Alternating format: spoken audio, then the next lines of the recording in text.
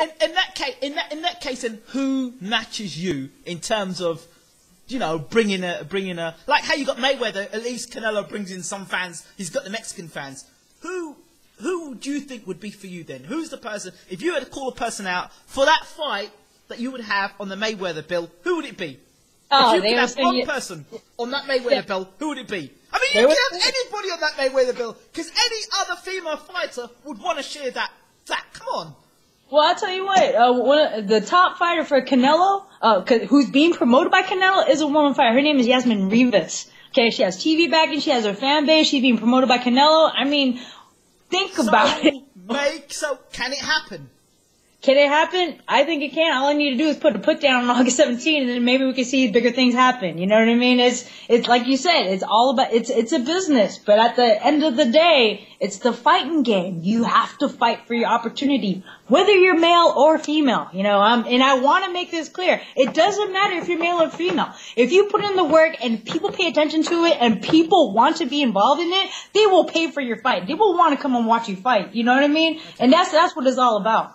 In order for me to get on to the next level, I need to have these big money fights. These big, Ali had Frazier, right? I can go on and on and on. You have to have these big super fights. I mean, Pacquiao, for instance, right? Yes. Right before he fought De La Hoya, who did he fight? He fought Eric Morales, 3 times, right?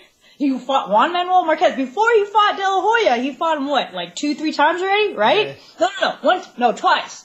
He fought him twice before the De La Hoya fight. Yeah. And he fought Marco Antonio Barrera, right? And he TKO Barrera in Texas. No one can say Pacquiao's name correctly. You know what I mean? But Pacquiao became Pacquiao because of all of those fights that he had. You know what I mean? Okay. And the same thing for Floyd Mayweather. I mean, he's fighting Canelo, right? He in the past. I mean, I've watched him fight Corrales, Arturo Gatti. He fought Miguel Cotto.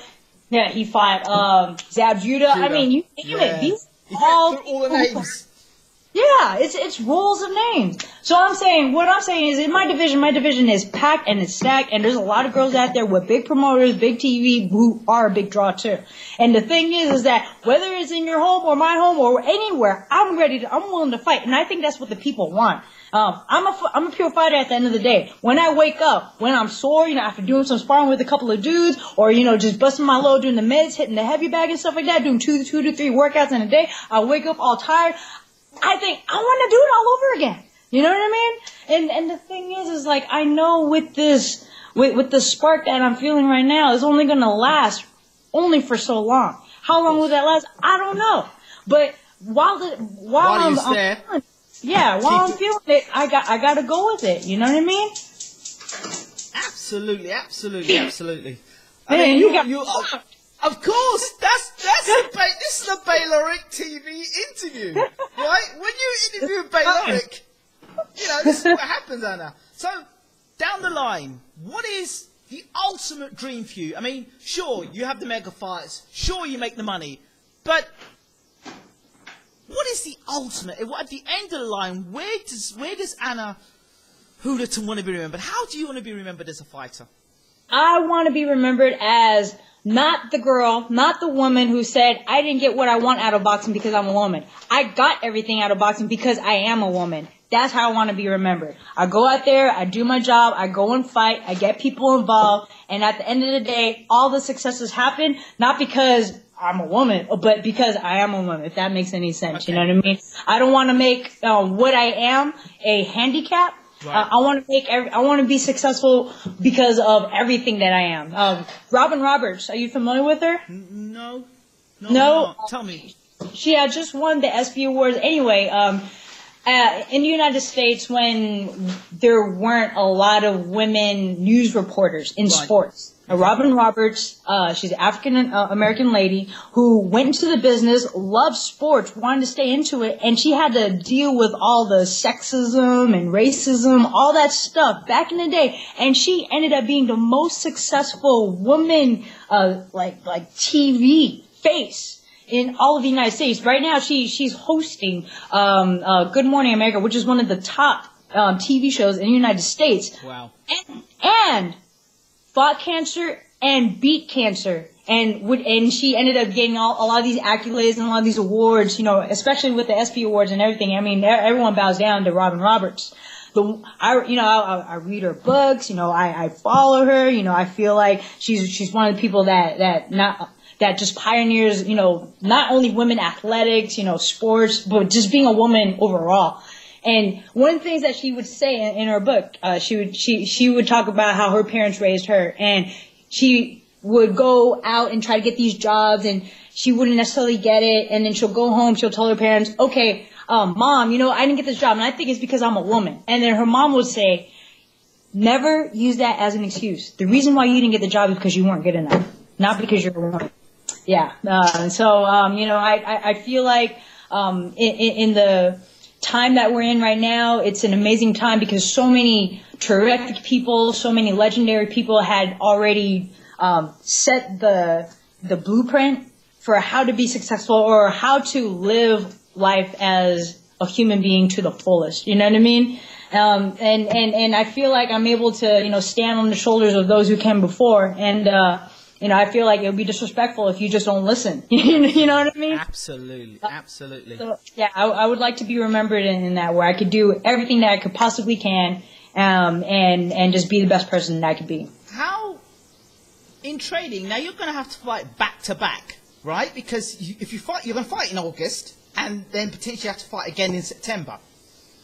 How is that going to affect you in terms of training, preparation? Obviously, you've got one opponent now, and then you have to prepare for somebody who might be a totally different opponent and a different style. How are you going to have to deal with that in a short space of time? I guess I'm going to have to deal with it, you know, once it happens. You know what I mean?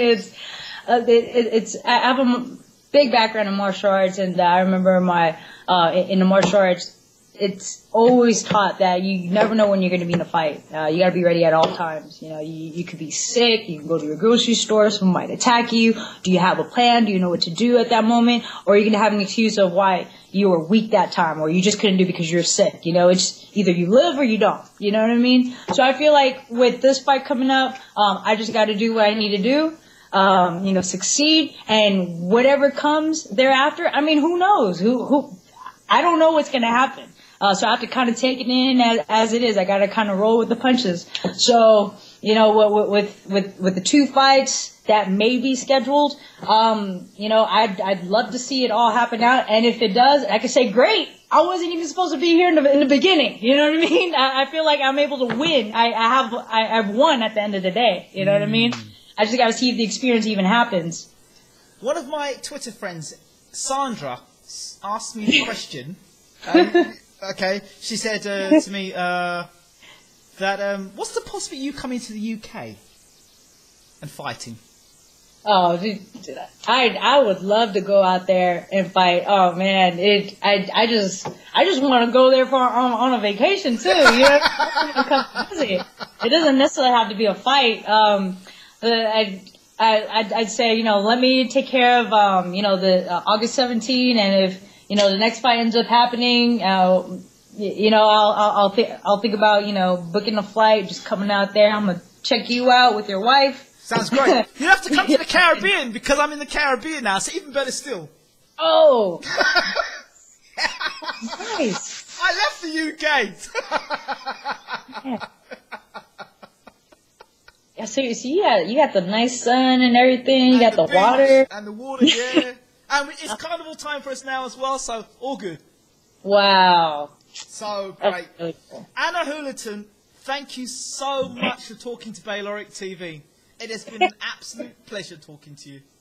It is. Likewise. Same here. I appreciate it, man. This was a lot of fun. This was really cool. Thank you for the very conscious, you know, questions. You really, really, like, you were very interested, and I really appreciate it. It's very genuine, man. Hey, listen! We waited a long time to get an interview, but I came and gave you a drab interview afterwards, and be like, no! So, yeah. Don't be a stranger. Like Tyson. don't be a stranger. Let's do this. Let's do this often. Yeah, for sure. All right. Take care and all the best. Oh yeah, you too.